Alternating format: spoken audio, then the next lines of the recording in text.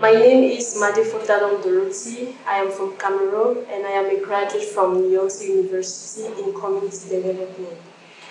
My topic will be centered on Korean experience and the welfare of underprivileged children.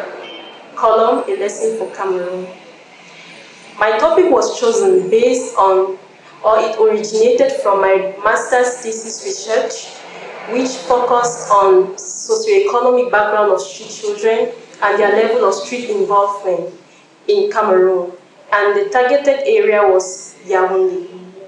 Now, before I dive into the topic, I would like to give a brief overview of Korea's development. Over the past decades, South Korea has demonstrated incredible economic growth and global integration to become a high-tech industrialized economy. In the 1960s, GDP per capita was comparable with levels in the poorer countries of Africa and Asia. In 2004, South Korea joined the $1 trillion club of world economies. Worthy to note is the fact that South Korea was one-time foreign aid recipient to foster development, but today it appears on the scene as an emerging donor to developing countries. It is one of the countries that made the transition from a resource-poor, low-income nation to a high-income economy in only 3 decades. These are factors that contributed to South Korea's remarkable performance from the 1960s and the 1990s, and how some of its policies could be applied to similar effects today. The strategies used to build a science, technology, and innovation system and to nurture innovation capability. The forward-looking development promoting diversification into advanced manufacturing, tradable services, and digital technologies. And another strategy was geared toward current efforts to upgrade skills and productivity of our aging workforce and the strengthening of a social safety net. The Korean government, through the Korea International Cooperation Agency, known as KOICA, administers aid grants to developing countries like Cameroon, Senegal, Ghana, just to name a few. KOICA's 3 main goals are to assist developing countries in achieving sustainable social and economic development, to help alleviate poverty, and to promote humanitarian assistance and human security. KOICA's focus areas are education, health, governance, rural development, information and communication technology, industry, and gender equality. It was under the KOICA's mission that I received a scholarship to undertake a master's degree program in community development for about 16 months, where I received accurate training on topics related to an inclusive participation of all classes of people for sustainable development. With regards to my personal Korean experience, I must say my Korean experience was more of curricular activities and extracurricular activities. So they were quite diversified. South Korea presents a remarkable range of experience, replete with adventures, cultural experience, and dazzling marketplaces. South Korea is also known for its warm hospitality, high level of security, and high-tech experience. The country presents some of the finest travel experience, and there is something for every kind of traveler. Though I went there as a student, and one of the things I love is shopping, I visited many beautiful places like marketplaces and also art exposures. So after that, looking at the cultural part, I had the privilege to eat beautiful meals such as bibimbap, samgyeopsal, tofu soup, and pap, and side dishes like kimchi. So they will ask me what kimchi is all about. It's one of South Korea's most famous export dish, and it's very delicious. It's a salted and fermented vegetable, and you can learn how to do it in Seoul. And with regards to the cultural experience, I had the privilege also to visit the hanok, which refers to quaint-looking traditional houses, while abhorring the traditional costume of Korean women. The technology experience was a visit to the Samsung Delight, where you could find various electronics, phones, computers, latest computers.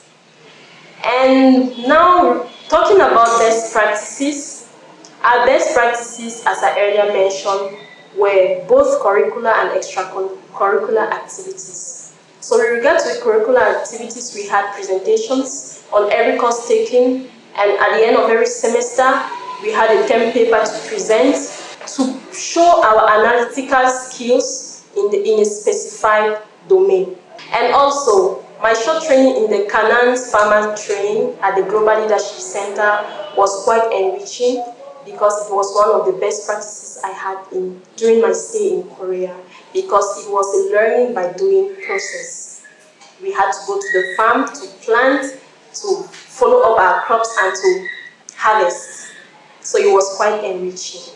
We also had thesis proposal seminars whereby professors or supervisors had to follow up till the point of thesis defense. So it was also a beautiful experience that I had. Now, regarding the extracurricular activities, we had many visits, among which field trips to Busan at the Yonsei heavy industries. I could see how they manufacture cars, the beautiful cars that we even have here in our countries. We had to visit cooperatives and companies who manufacture phone batteries. The lessons learned amidst the training program in South Korea, so many lessons were learned in the education aspect, cultural lifestyle, strong development policies, just to name a few. Now, during my observation, I noticed Koreans have a strong sense of national identity. And this sense of national identity constituted a driving force for development and made nation building much easier. For Koreans have built homogeneous ethnic, cultural, and national identity throughout the year. The Korean phonetic alphabet, known as Hangul, also contributed a lot in the alphabet part, or significantly improved their literacy rate. Now, education, as we all know, quoted by Nelson Mandela, he said education is one of the powerful weapons that one can use to change the world. I noticed Korea gives a great importance, or attaches great importance, to education, and its commitment has contributed to the educational achievements seen today. A long tradition of valuing education and hard work, founded on Confucianism, is a contributing factor to the success of several East Asian countries and economies. But it does not of itself explain the rapid progress of Korea in the last decades. The willingness of Korea to invest in education is reflected in a high education budget, increased expenditure per student, significant financial contribution by families, high teacher salaries, and reducing class size. Korea has one of the most educated workforce and is among the highest performing countries in international assessment. Now, success in education has been the result of the strong capacity to foster rapid and remarkable improvement in the education system. A notable feature of the Korean education system is the high quality of teachers who are carefully selected, prepared, supported, and rewarded. Notwithstanding past achievement, Korea continues to strive to improve its education system and better prepare its younger generation. The curriculum has been revised to develop the skills of the 21st century, and ICTs are increasingly integrated into learning. Another observation that I made was a strong policy on welfare services to underprivileged. The government of the Republic of Korea, through the Ministry of Health and Welfare, has drafted and implemented policies on welfare services programs to the underprivileged. These services cover livelihood benefits, education benefit, housing benefits, medical benefit, and social welfare facilities. There are conditions to benefit from these services, as one of those is having low income. Another thing is humility from the Koreans, who always bow before you to creed, and which was very remarkable to me. And another thing that I pointed out is also the fact that the security is very high. I mean, you cannot misplace anything in Korea, because once you misplace something, it gets back to you. So it's quite encouraging to revisit the country or to copy the lifestyle.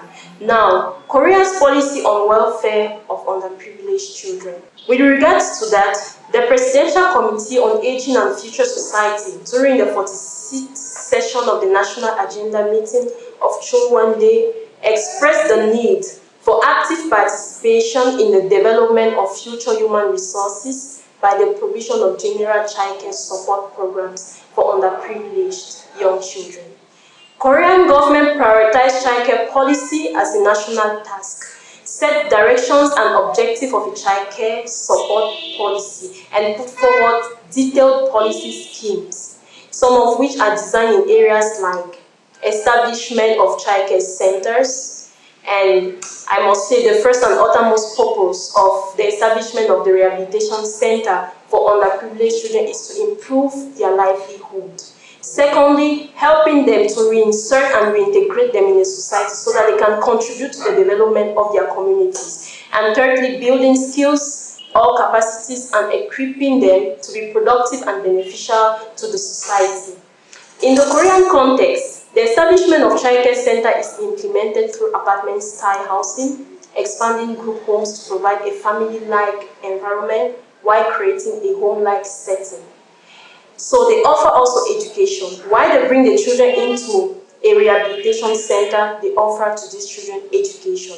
So the policy makes provision for supporting children of low-income families, pay for education expenses of children from low-income families, and they are all educated as every other normal human being. And another scheme that I made mention of is provision of social services. The policy makes provision of public care services for children and execute a child welfare policy for children who are not taken care of by their parents due to lack of money. For instance, during the Global Hunger Week Festival in 2018 when I got to Korea, I had the privilege to visit a childcare center for underprivileged children in Wonju. And you could see children who are either orphans or children who have both parents, but the parents cannot afford to take care of them. And it was really a beautiful setting or a pace that they put for these children to grow. Now, contextualizing the topic to the Cameroon, underprivileged children refers to children who are denied a healthy and protected upbringing due to poverty, as UNICEF stated in its report between 2005. As such, most children leave their homes to stay in the street for survival. In Cameroon, for instance, there are no actual figures on the number of underprivileged children, which by their very nature are difficult to collect. However, recent studies reveal that there has been a drastic increase in their number in the big cities of Cameroon. About 74.2% are school dropouts and 11.8% had never been to school before. Cameroon's population is relatively young as compared to that of Korea. 60% of the populace is under the age of 25, while 42% of the population is under 40, and 40% of its population lives below the poverty line. As such, children in such context face complex and interwoven socioeconomic problems and remain among the most vulnerable groups of the population. With regards to this, very limited effort has been observed to tackle the current predicament of underprivileged children.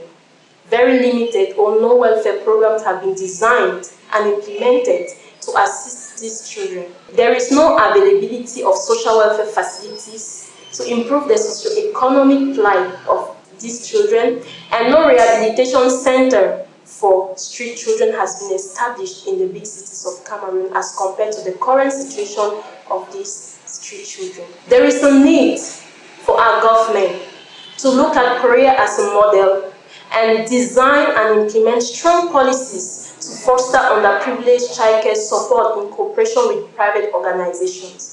In Korea, although the country is faced with the phenomenon of homeless people, the issue of underprivileged children has been the government's priority, as she has set up many policies related to the provision of social rehabilitation centers with the purpose of reinserting children in the society by educating and re-educating in order to rebuild self-worth and self-productivity. The Cameroon government has to engage rural families to foster the census of underprivileged children, engage communities in setting up children childcare centers for the underprivileged, The government, in collaboration with the civil society organizations, have to work hand in gloves to develop strategies to foster childcare support while laying emphasis on education and rehabilitation. Thank you.